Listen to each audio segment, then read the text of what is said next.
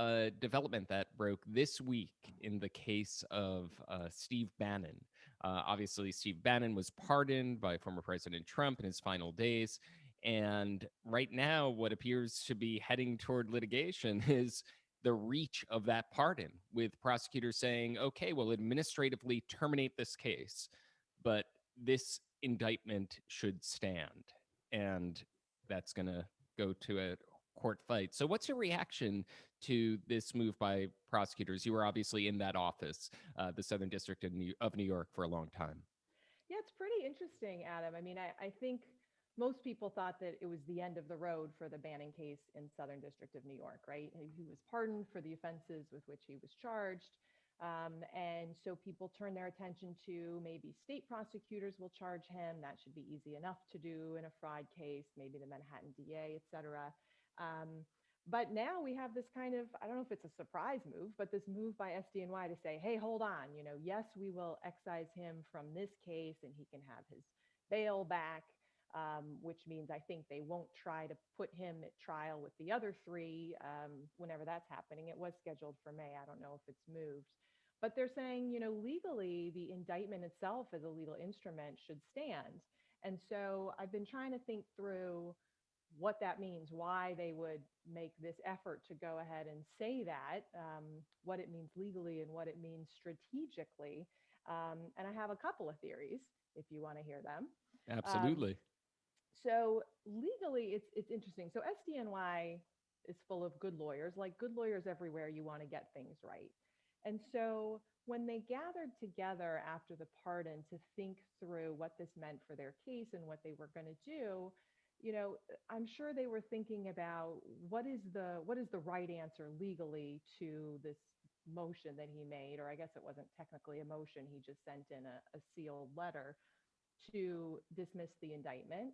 And, I'm sure they did their research and came up with the answer that they kind of previewed in their response, which we'll see fleshed out in the litigation that you described in the coming weeks. That the answer legally is that the indictment should not be dismissed. The pardon power is pretty vague as it's set out in the Constitution. It doesn't really go into detail. And so we've had to, over the course of the last couple hundred years, when pardons have happened, there hasn't been a lot of case law to lean on and say, this kind of pardon is okay, this kind of pardon is not okay. And so you're kind of making it up. And in part, that happens based on like prior practice, right? Because there hasn't been litigation, a lot of what we think of as appropriate for pardons just comes from the fact that it's been done and wasn't challenged. And so if you're sitting there at SDNY thinking through your response to this demand that the indictment be dismissed, you have to be thinking of this notion of kind of making bad law by just agreeing without saying, no, wait a minute, there's no legal reason the indictment should be dismissed. Bannon hasn't cited any law for that. And when you look at the pardon power, a pardon doesn't wipe out a conviction. It just wipes out the consequences of a conviction, right? It wipes out your jail sentence. It wipes out your inability to vote. It gets rid of those consequences, but it doesn't expunge the fact of the conviction. And so SDNY says similarly, it shouldn't expunge the fact that a grand jury found probable cause here to charge Steve Bannon with these offenses. And they're probably thinking at some level, if we don't say that, and we don't kind of stand up for that legal proposition, then, the next time a president pardons someone who has been charged but not yet convicted is going to say, well, please dismiss my indictment. Look at the Steve Bannon case where SDNY did exactly that.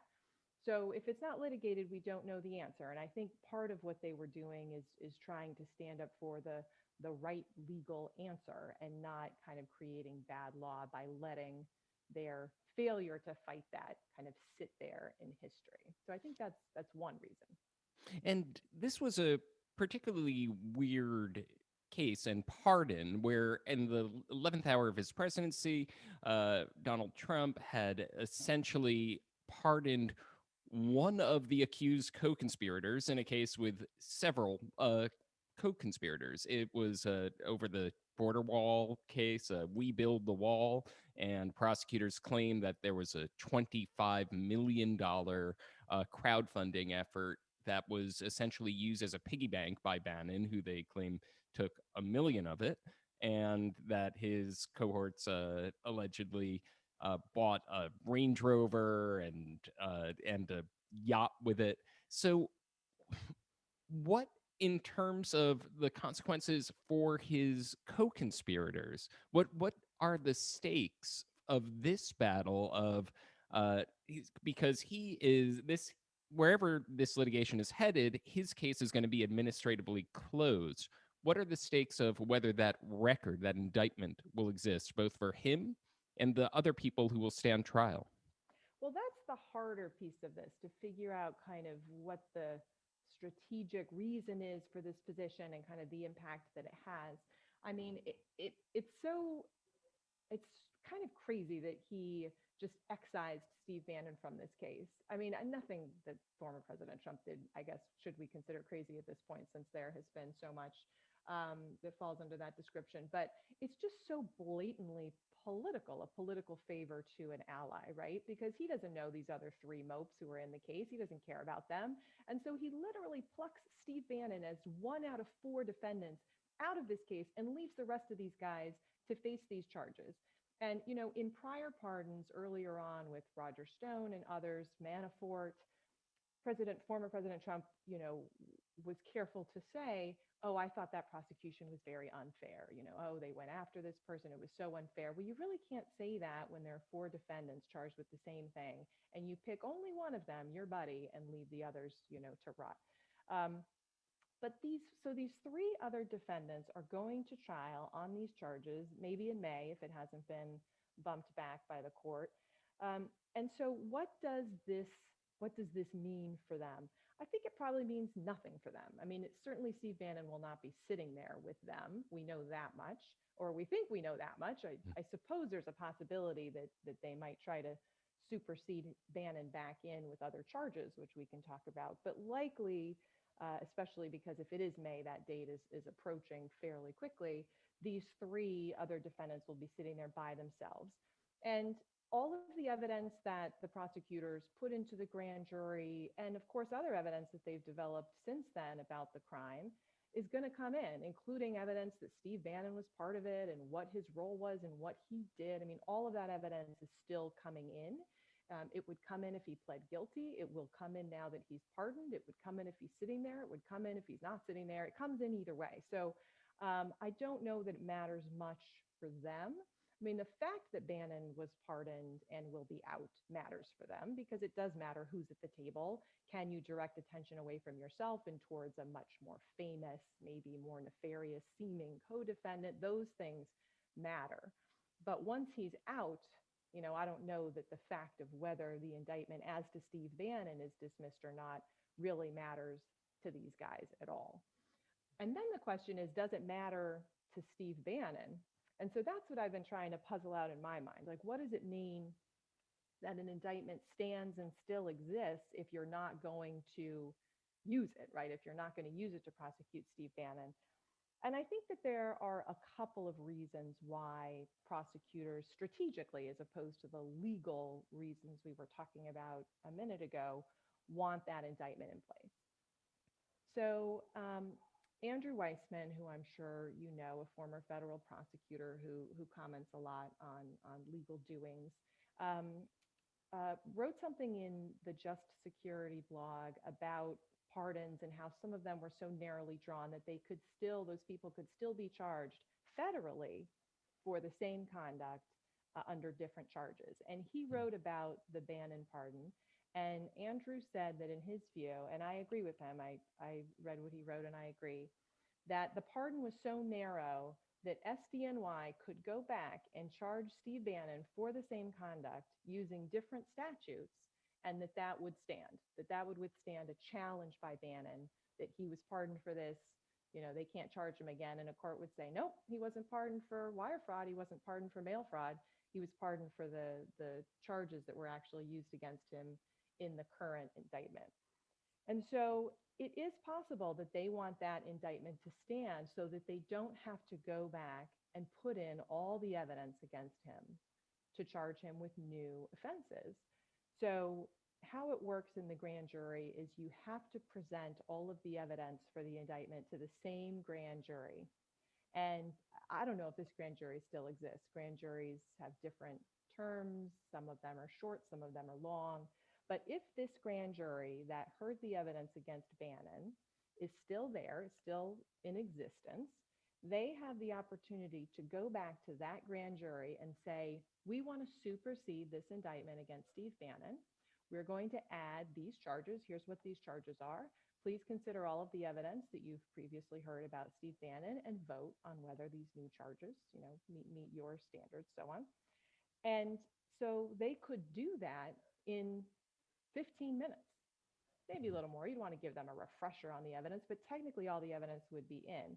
Whereas if this indictment is dismissed as to Steve Bannon and goes away, they have to now go back and put all of that evidence into the grand jury again to get an indictment, a freestanding indictment against Steve Bannon on new charges.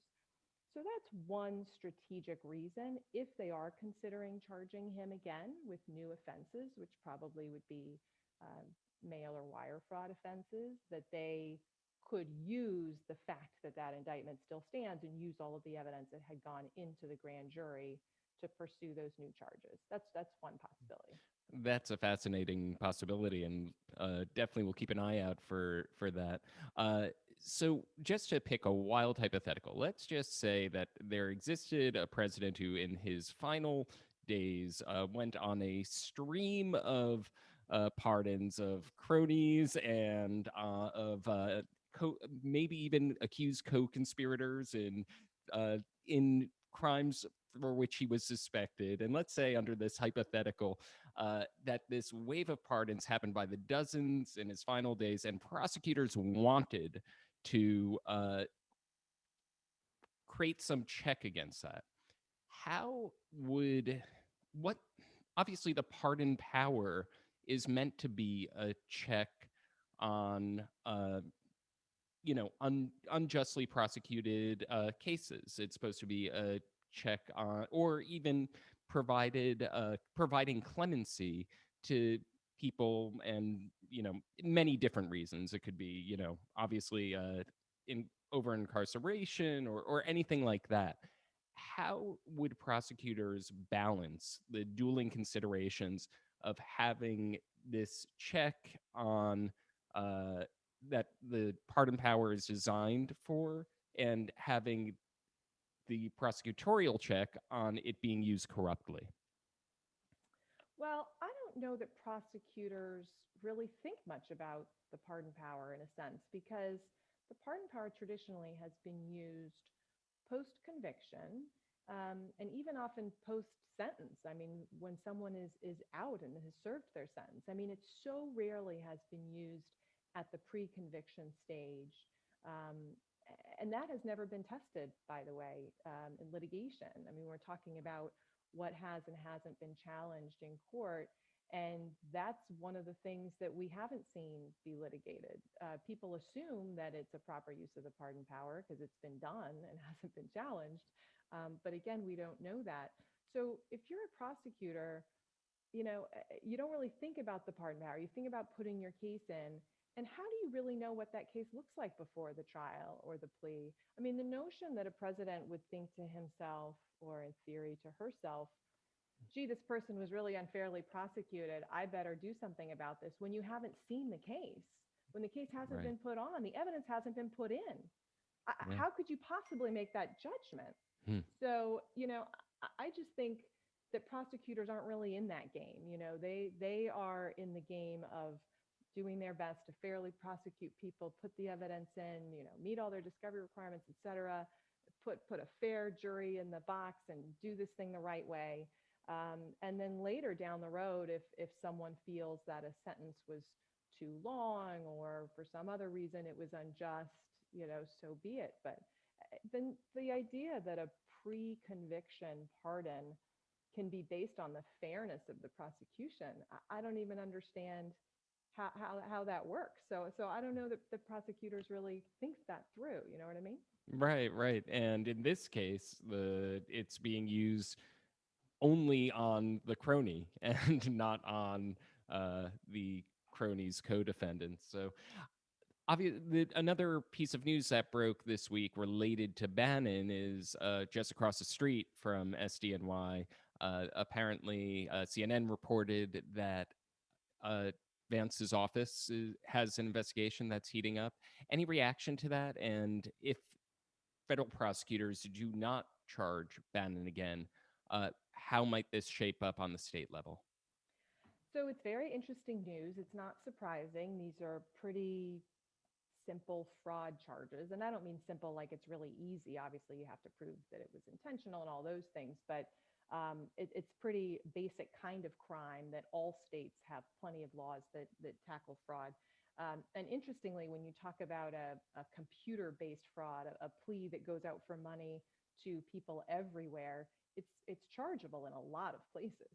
I mean, the Manhattan DA is interested in it, but you could charge it in a lot of jurisdictions. And interestingly, it's not as if there's any barrier to that, right? I mean, if the Manhattan DA charges, you could see local prosecutors in other places pick it up too, or even federal prosecutors if they're careful about the statutes that they use. Um, I think that the offices are probably in contact, that the Manhattan DA's office is talking to SDNY about their plans and who's likely to do what. I'm sure there will be sharing of evidence.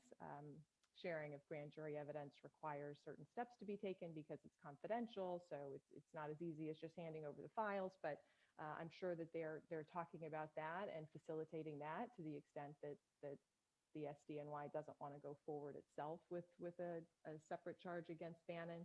I think it could happen pretty quickly if they can share the evidence that SDNY has gathered. I don't know that they would need to do very much more investigation of their own. If there are important witnesses, I'm sure that they would want to interview them themselves. They're not just going to wholesale say, we trust you guys. They're their own team, and they want to make sure that everything is the way that they want it to be before charging. But I can't see that if Manhattan decides to go ahead with charges, that it would take very long for them to assess the case and do what they wanted to do and charge it. So I think, depending on what SDNY is trying to do strategically, if they are saying, go ahead and do it, we're not going to do it, I think it'll be a matter of weeks probably before we see action. Mm. And obviously, a little earlier, I was being a little tongue in cheek about the wild hypothetical that I posited. With Do you think that the fact that this issue has been brought to the forefront, and as you note, a lot of these notions just hadn't been litigated before, do you see will do you think we'll see the development of precedent and law that will make sure that the pardon power is used with a little bit more integrity? Maybe. I mean, I think it's good that this particular issue will be litigated. The problem is, how does that happen? In most cases, it has to happen with someone actually then trying to charge the person who's been pardoned and litigating that out. So, are the feds going to try to recharge Paul Manafort? Um, I don't know how they could try to recharge Michael Flynn given the breadth of the pardon that he received, but you're not going to have that litigated unless you do that. So it's just the very nature of pardons that almost always the pardon happens and then that's the end of it.